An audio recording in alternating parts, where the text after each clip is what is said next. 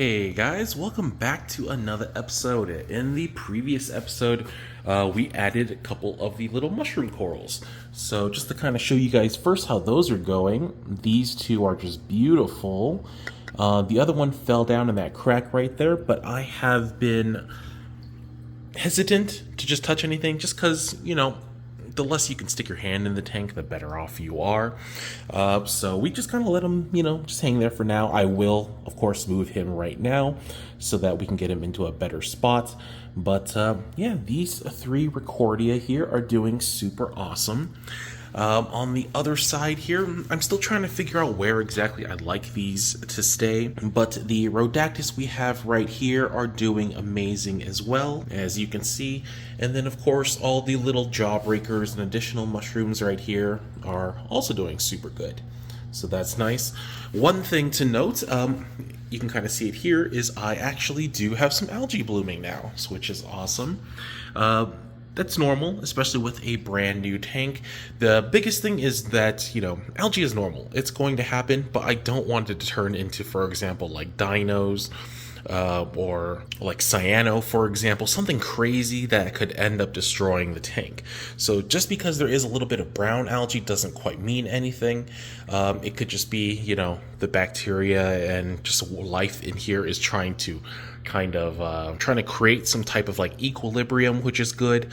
But yeah, we're just gonna kind of leave it be. I may just scrape a little bit just so we don't have any kind of like this haze. Maybe stir the sand bit just a little, but I don't think it's gonna be too much of a big deal for this tank. And let's get into today's episode. So as you can see right now, it's a little bit late in the evening and my main display is already off for the night. Luckily for me, my sump doesn't actually turn off until a little bit later in the evening, so I can still go ahead and make an episode. And today's episode, we are going to be putting some Zoas into the tank. And the great thing about Zoas, as far as like softies go, they are definitely one of the more easy corals and probably the biggest color variety that you can see in all corals. And one of the best things about Zoas to me is that, number one, like I just said, you get the best color variety in most corals. For example, you have, blocked it right there, this little corner where it's green, kind of orangish, you have yellow, you have reds and greens. You just have so much of a color variety. And patterns compared to a lot of other corals. For example, like the Recordia mushrooms, they're great, but they all have a very uniform shape, so sometimes visually it may get a little bit boring. But with these guys, not only are they pretty, but a lot of times you can get entire colonies for super cheap. For example, some of these are a little harder to find, but for example, like this bottom one where there's just hundreds of polyps, it could be something as cheap as $40 to $60 if you get it from the right person. And a lot of these Zoas are great ways just to fill up an entire tank without breaking the budget. But of course, there are some more expensive ones, such as the popular Stratosphere, which is, probably the number one coral right now. And those range anywhere from, $100 to $200 a polyp. And when they first came out, they were even closer to like $1,000 or like $800 a polyp, something crazy like that. Another thing that's fun with these Zoas is, even though, they are all zoanthids, different color varieties, especially the harder to find ones, oddly enough, they grow super slow.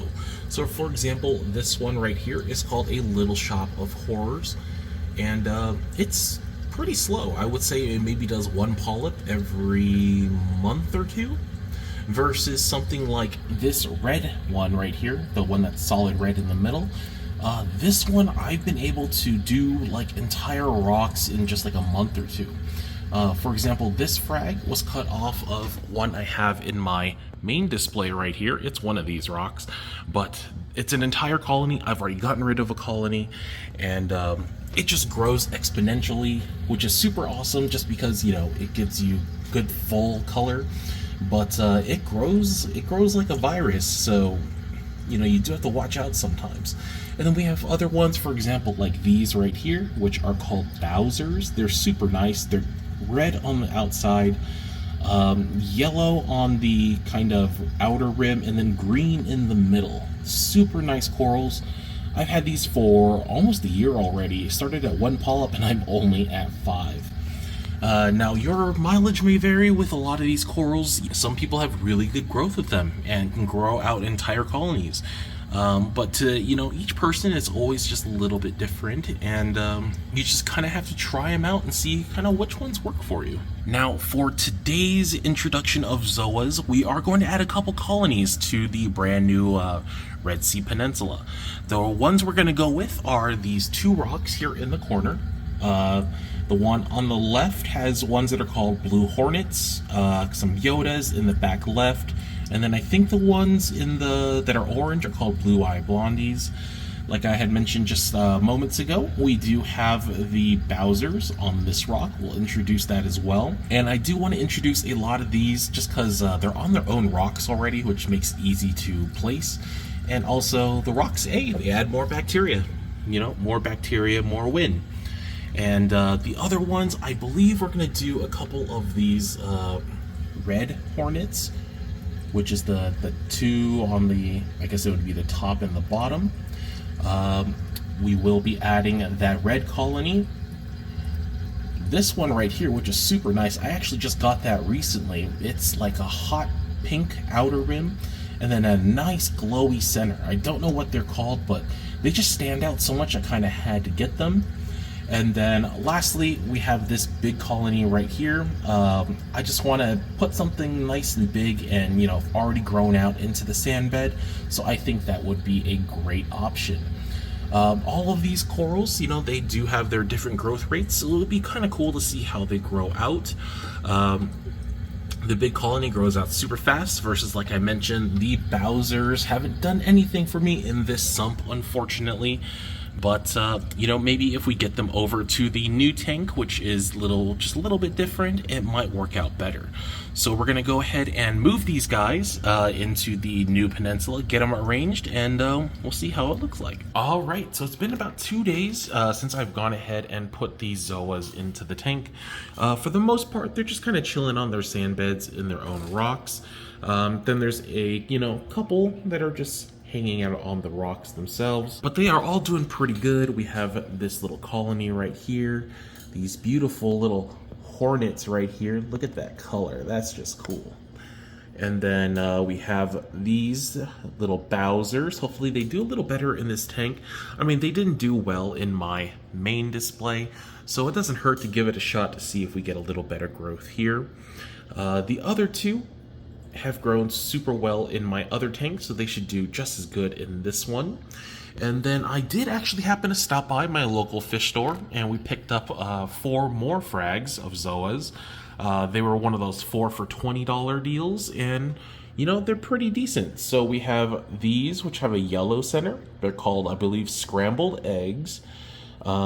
This one, I have no idea what it is, but I thought it was kind of cool. It's red and green, so I got that. We have, I think these are called hippos, pink hippos, something along that line. And then purple death pallies right there. These are nice and purple colored, though I believe these are the ones that are generally considered the ones that will poison you.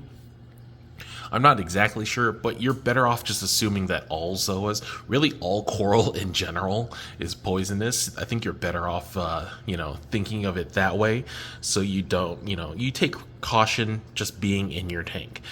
But I do know, for example, these purple death pallies do get pretty invasive, so we may put it onto a separate rock of its own that's separate of the aquascape, so it can just grow and encrust on the one rock, and I don't have to worry about it getting invasive. But that'll be for like a later episode. We just want to make sure that these guys open up and, at least thrive a little bit in this tank. But that'll be it for today's episode.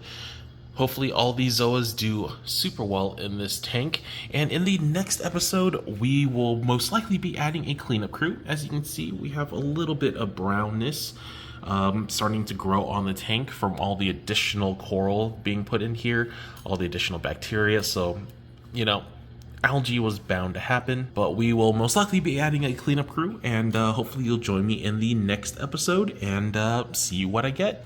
So thank you guys as always for watching. I really do appreciate it, and I'll see you on the next episode. Peace.